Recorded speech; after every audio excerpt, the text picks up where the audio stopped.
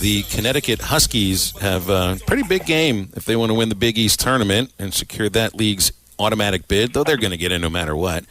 They got to play Georgetown today, so I think Aaron Torres, our resident UConn alumnus and UConn fan, is probably just are you a little nervous about this one today? AT, UConn, Georgetown, be a big basketball game, and so even a bigger baseball game today.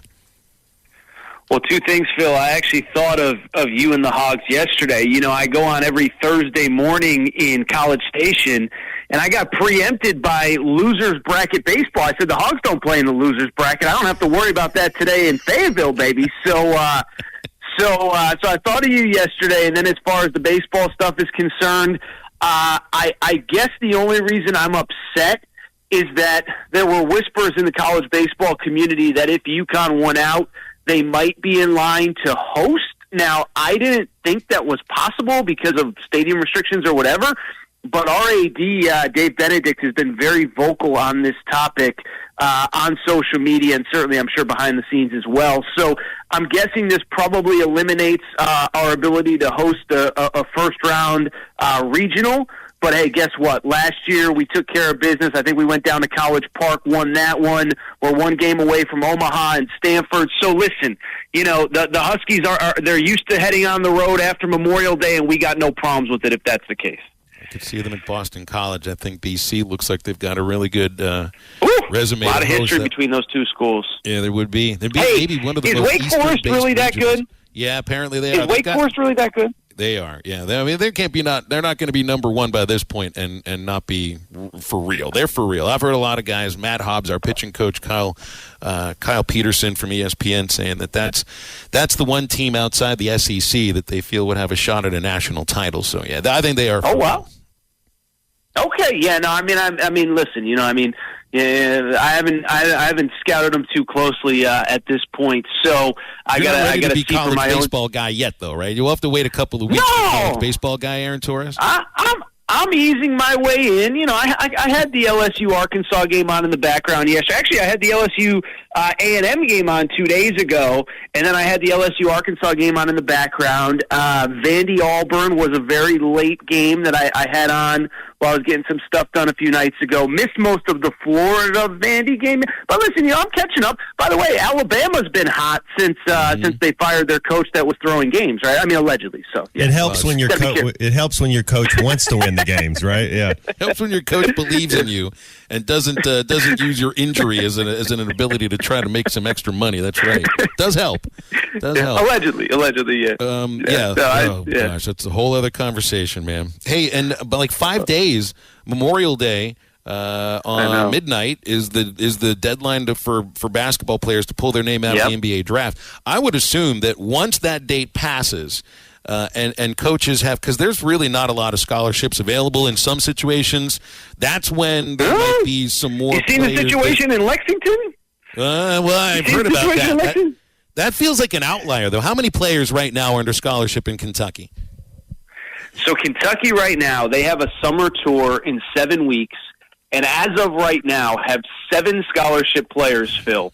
5 true freshmen, a redshirt freshman who appeared in one SEC game, and a sophomore who don't tell the people in Lexington. I think he's about a year away from being a year away. So, now they have 3 guys testing the waters. The deadline, as you said, is next week. But they, as of right now, have 7 scholarship players ready for next year. So I didn't mean to cut you off because there is a conversation about the portal and everything else going on. But they need 3 more just to run 5-on-5 in practice, Phil. So that's pretty amazing. I was watching this the Miami Heat and the Celtics, and I was trying to think Jordan Walsh comparable in the NBA. Is Caleb Martin a good comparable? At? Well, he's a must guy, so that's a good start. Caleb Martin's really skilled, and I think the difference is Caleb Martin, same body frame, but he entered as pretty much a finished product. I mean, he was 2 years at NC State, and then, he's so old that he actually had to redshirt when he transferred, and then played for 2 years with Coach Muss at Nevada. So, I think that's probably the guy that if it clicks for Jordan Walsh, I think he's probably got a little bit of a higher upside. but he's got a lot of work to do with his skill set. I think Jordan Walsh probably has some natural gifts that Caleb Martin probably doesn't in terms of athleticism and things like that. But Jordan Walsh, listen, all 19-year-olds have work to do. That's not a knock on Jordan Walsh, but I would say if it all clicks, he's probably a little bit of a better version than Caleb Martin, probably a little bit of a better defender, but that's the guy that stands out to me. I would say for sure, Matt, that's probably the guy that Jordan Walsh would want to kind of bank his game at. Yeah, I agree with you. I mean, he's a couple years away, but I'm trying to, it's all they draft these kids knowing they're not going to play for 3 or 4 years or play any meaningful minutes, and so I try to, a Jared Dudley, and Aaron Gordon, somebody that's going to play defense. He's going to shoot the corner three. He can do all. His skill set he's not an artist with it, but he can do all the moves textbook wise. But he'll grow. He'll eventually grow. But let me jump in on that, Matt. Let me jump in on that, Matt, because I was actually, ironically enough, I was at Aaron Gordon's final college basketball game. He played at Arizona. They made the Elite Eight and lost to Wisconsin in overtime by 1 point. And I remember, sitting there watching Aaron Gordon, and you could just see the athleticism pop off the charts. But he really, I'll be honest, I remember watching it, he didn't really know how to play basketball. He didn't know where to go, and Wisconsin at the time was kind of a veteran team and blah, blah, blah, and this and that. So I'm certainly not saying that Jordan Walsh is that, but I think that that's actually a very good comparable, because the one thing about Aaron Gordon, I remember him even saying it kind of when he declared, a million years ago, was, there's only so many jumps in these legs, and essentially it was like, hey, I'm not going to be able to have a 41-inch vertical leap here for the next 15 years. I got to get to the NBA and start making money right now. So now that we're talking it out, I think if Jordan Walsh clicks, I think Aaron Gordon is actually a great comp. And again, I remember seeing Aaron Gordon at a very similar age, knowing what it would take for him to get to this point. And to his credit, he's been able to do it. And to his credit, he's been able to carve out a very nice NBA career. And if Jordan Walsh has that kind of career with the kind of money that Aaron Gordon has made, let alone the success that he's having as a member of the Denver Nuggets right now, I think that would be a great career for Jordan Walsh. Well, Walsh, the more you read about how he did in the combine and how he's moved up the draft board, he's done at Arkansas. I don't think he's going to come back. I think he's going to stay in the draft. I think Devo Davis, we're still waiting on an announcement from him. But, to revisit what I was touching on earlier is now that that date to take your name out of the draft is rapidly approaching, and you'll have a better idea of the landscape of players that are still college players, at least in their mind, they're college players. So does that mean that in early June there'll be do you expect a flurry of transfer announcements? No, I really don't, Phil, and I've seen this, ironically, and I respect the guys that cover Kentucky, but that's kind of what the Kentucky media is trying to spin, is that, there's going to be another wave of guys. I don't think it's going to be that many. Now, we've had a few over the last couple days. Cam Spencer, who was Rutgers' leading scorer, has entered the portal. A kid named Tyler Burton, who's still testing the NBA draft waters, entered yesterday. So that, to me, probably indicates that he probably does plan on coming back. So, how many guys, because remember, it's only grad transfers it's only graduates that can enter the portal even if you return to college basketball. So if a Jordan Walsh were to come back and he wasn't happy with the role at Arkansas, my understanding is he can't enter the portal and play next year. So, I know there is this narrative that we're going to get another wave of graduates, and we may. I just don't know how many of them are going to be impact guys that are still testing the NBA draft waters. But I say that saying that, there's been 2 or 3 really good players that just in the last couple days have entered.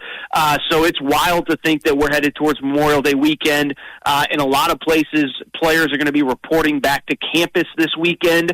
Yet there are still going to be very many, maybe not very many, but still a handful of players that could, in theory, enter the portal. And I think there are still probably about a half a dozen guys that are currently in there right now that could make a real impact. Very, very interesting.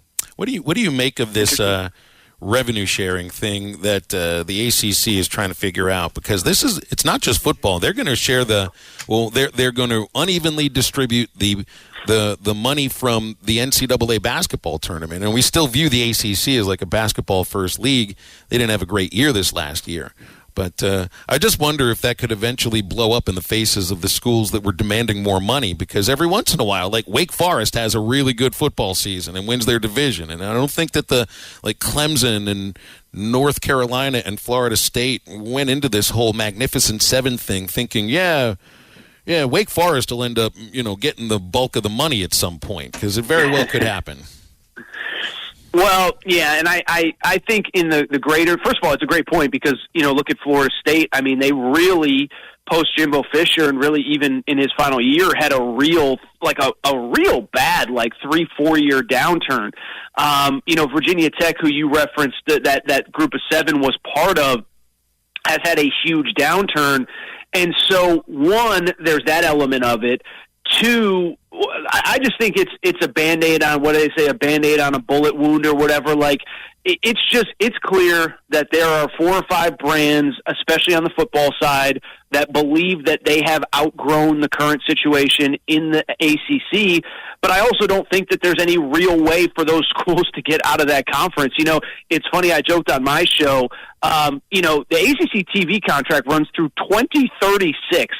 This is the worst contract since the Louisiana Purchase. This is the worst contract since Bobby Bonilla and his 50-year, $50 million contract or whatever. So I don't think anybody's leaving that league, but I do think that this is just kind of a cover-up for a bigger issue, which is that a school like Florida State, a school like Clemson, feels like they've outgrown the current structure of the ACC. Now, it'll be interesting to see where we are 13 years from now. I mean, has somebody else emerged? Has Clemson regressed if Dabo Swinney steps away? So it is wild how everything is so in the moment with all of this realignment stuff. But I'm telling you, man, that ACC contract, I know for a fact some of those schools have been trying to get out of it basically since the day that Texas and Oklahoma left for the Big 12 for the SEC. I don't think anybody's getting out of it, and I think it's going to make for an uncomfortable decade plus for those schools if they are not able to get out of it. What is that law? Isn't there a contract law in California? Now, I know this isn't California, but you can't have a contract over 7 years. Maybe they can get the lawyers looking in that and being like, hey, man, this is, over 7 years. It just doesn't seem right. Well, I don't know, but I mean, the problem is that all those schools agreed to it, and right. I think you're right. and I was going to say, it's easy in the moment, and this is a societal thing. We just think about in the moment, but when they signed that, it was because of whatever wave of realignment was coming at that point. Obviously, spooked those schools, and nobody wanted to be left out. So it's a terrible contract for a lot of reasons, but the biggest one is obviously the money, where the Big 10 and the Big 12 are going to have, they're going to start new TV contracts this coming year in 2024, and then they'll be able, to your point, Matt, renegotiate in 7 years for even more money while the ACC continues to fall behind. That's what makes it a terrible contract, not just the length, but how much money annually a school like Clemson is going to fall behind South Carolina, Florida State from Florida, things like that. So it's a disaster. It's fascinating to follow, and but like I said, I think it's going to be hard for anybody to get out of that contract, because everybody agreed to it and everybody wanted it in the moment in time when they signed it. Wild. College sports is the wild, wild west again, AT. It is. It's wild on the frontier. Yeah. Well, and then there's the SEC over here, and they're like 8 or 9 games. 8 or 9. I know. That's it. That's the only thing. 8 or 9. Everybody else, we need more money. We don't know how much money we owe the networks. Washington State can't hire anybody because of a screw up with Comcast and money. And the SEC's over here, 8 or 9. 8 or 9. That's it. Nick Saban doesn't want Auburn and Tennessee on the schedule going forward. That's the big issue plaguing the SEC right now. You poor guys, what are you going to do with all your money? So, you poor guys. We're just going to talk about it a whole lot. I was going to say, I was just reading an article about Brian Harsin getting a lump sum check for $15 million the day that he was fired from Auburn. So those are the SEC's problems right now. Is what bank are you routing a $15 million check to your old football coach? Like Ed Orgeron said, which door do you want me to walk out of? Hey, exactly.